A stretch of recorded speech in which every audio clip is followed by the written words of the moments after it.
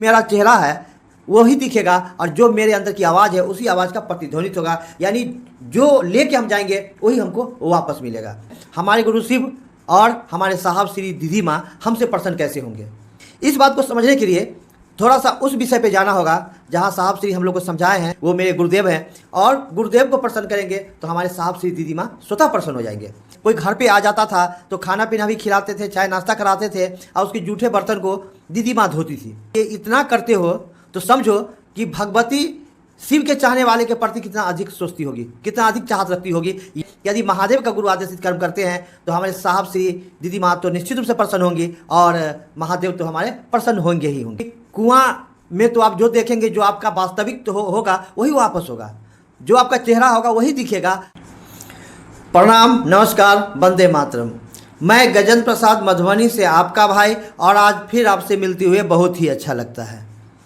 हम सभी आज जानना चाहेंगे, यह आज का विषय है कि हमारे गुरु शिव, जी हाँ, जिस शिव को हम सभी गुरु माने हैं, हमारे गुरु शिव और हमारे साहब श्री दीदी माँ हमसे प्रसन्न कैसे होंगे।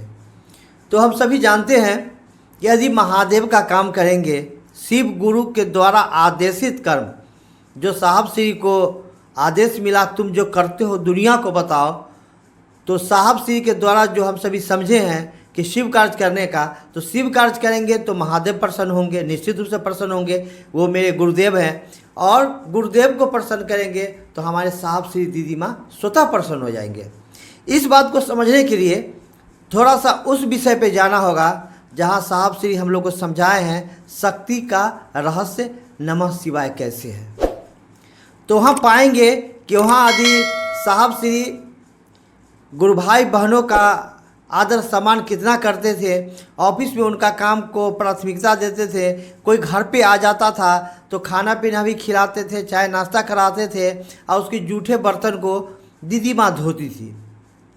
महादेव उनसे कहे थे कि जब तुम शिव को चाहने वाले के लिए इतना करते हो तो समझो कि भगवती शिव के चाहने वाले के प्रति कितना अधिक सोचती होगी, कितना अधिक चाहत रखती होगी। यानी कि यदि महादेव को लोग प्रसन्न करते हैं तो भगवती माता स्वतः प्रसन्न हो जाती है।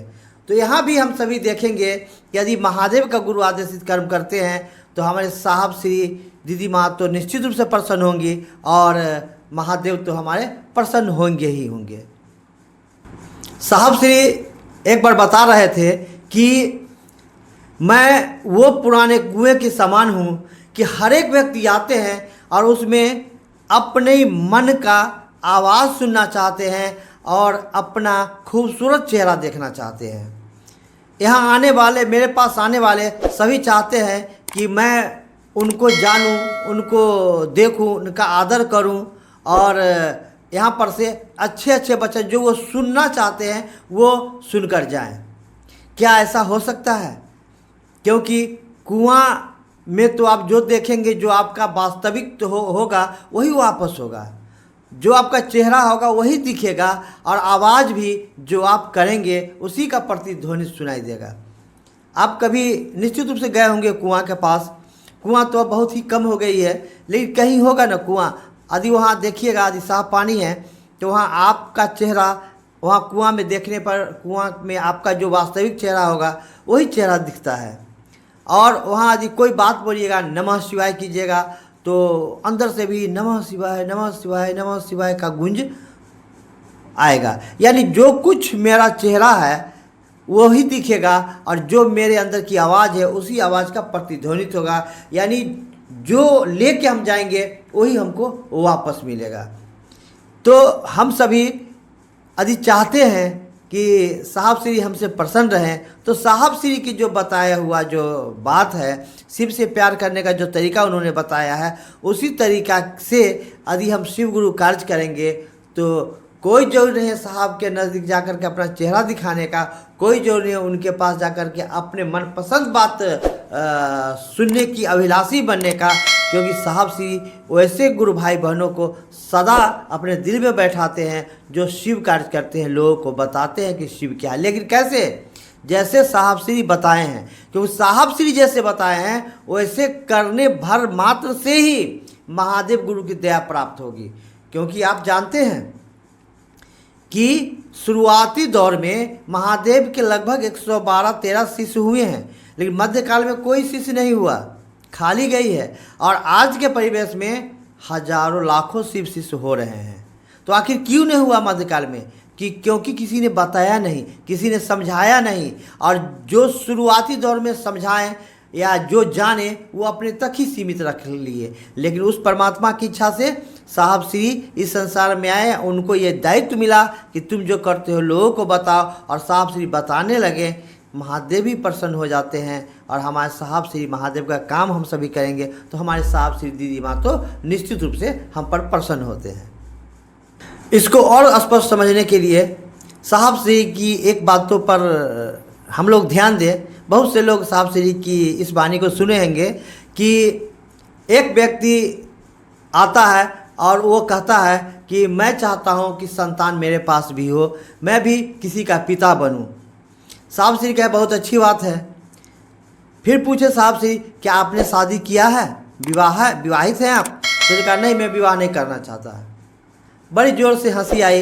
यदि आप विवाह नहीं करेंगे तो संतान आपको कैसे होगा, कैसे आपका अपना संतान होगा?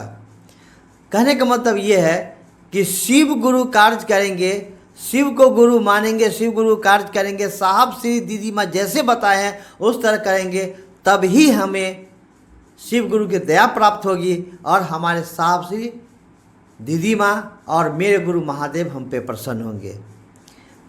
तो आज हम सभी ने इस विषय को जाना कि कैसे हम पर महागुरु महादेव प्रसन्न होंगे, दीदी माँ प्रसन्न होगी, हमारे साहब श्री प्रसन्न होंगे। हो सकता है आपको समझाने में हमसे मैं तो नहीं सकता, बस मैं अपनी बात में रख रहा हूँ कि अपनी बात रखने में थोड़ी सी त्रुटि हुई होगी। आवाज़ में भी परिवर्तन हो रहा है क्योंकि दांत के कारण आवाज़ में भी परिवर्तन हो रहा है। लेकिन इस सभी बातों के लिए यदि कुछ त्रुटि हुई होगी तो मैं क्षमा मांगता हूँ। फिर मिलता हूँ किसी अन्य वीडियो में, तब तक आप सभी को मेरा प्रणाम। बस ध्यान ये रखना है कि यदि आपने इस चैनल को सब्सक्राइब नहीं किया तो सब्सक्राइब कर दें, लाइक का बटन दबा दें और कमेंट में अपना विचार जरूर लिखें। फिर से आप सभी को मेरा प्रणाम।